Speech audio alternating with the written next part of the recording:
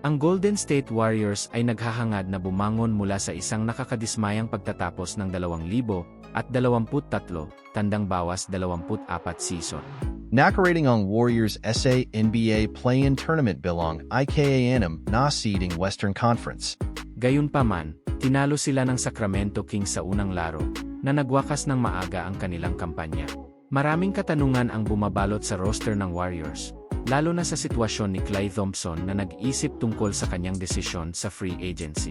Gayunpaman, maaring humanap ang Dubs ng tulong mula sa bituin ng Los Angeles Clippers na si Paul George sa pamamagitan ng isang kaakit-akit na trade proposal. Ang umuugong na pag-alis ni George ay nagbubukas ng pagkakataon para sa Warriors na subukang dalhin siya sa San Francisco.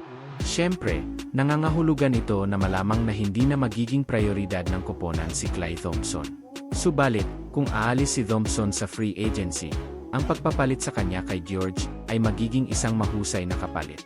Kailangang mag-opt-in si George sa kanyang $48.78 milyong player option para sa 2024 tandang bawas 25 season upang maisakatuparan ng Warriors ang trade para sa kanya.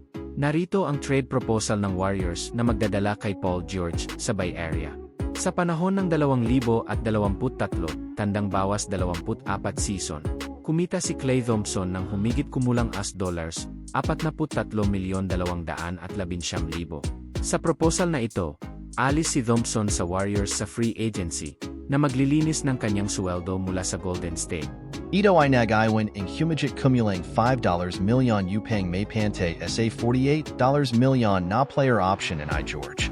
Kaya't maaaring ipadala ng Warriors si Jonathan Kuminga, nakikita ng humigit kumulang $7.6 milyon sa 2024 tandang bawas 25, kasama ang isa pang mahalagang manlalaro na may mababang sweldo, at mga picks upang magbigay ng halaga sa Clippers at gawing akma ang pera. Maaring magpadala ang Los Angeles ng isa pang manlalaro upang tumugma sa natitirang sweldo patungong Golden State upang makumpleto ang deal. Maaring i-trade ng Warriors sina Jonathan Kuminga, Moses Moody, ang kanilang sariling 2027 at 2028 first-round picks, at ang kanilang 2028 second-round pick para kay Paul George at Amir Coffey. Ang deal na ito ay magdadala sa Golden State ng isang mataas na produktibong two-way wing sa katauhan ni George at karagdagang young wing depth kay Coffey. Sa kabilang banda, makakakuha ang Clippers ng 2 first-round picks, isang second-rounder, at 2 batang manlalaro na may magagandang potensyal upang tulungan silang palitan ang halagang mawawala kay George. Kung maisa sa katuparan ng Warriors ang trade na ito, magkakaroon sila ng isang starting lineup na maaring magdulot ng kaguluhan sa natitirang bahagi ng liga.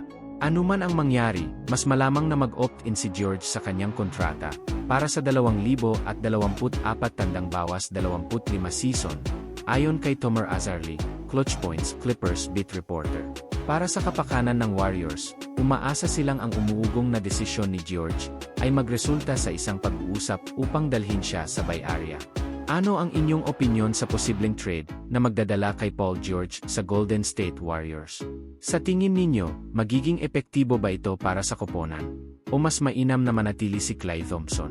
Ibahagi ang inyong mga pananaw sa comment section.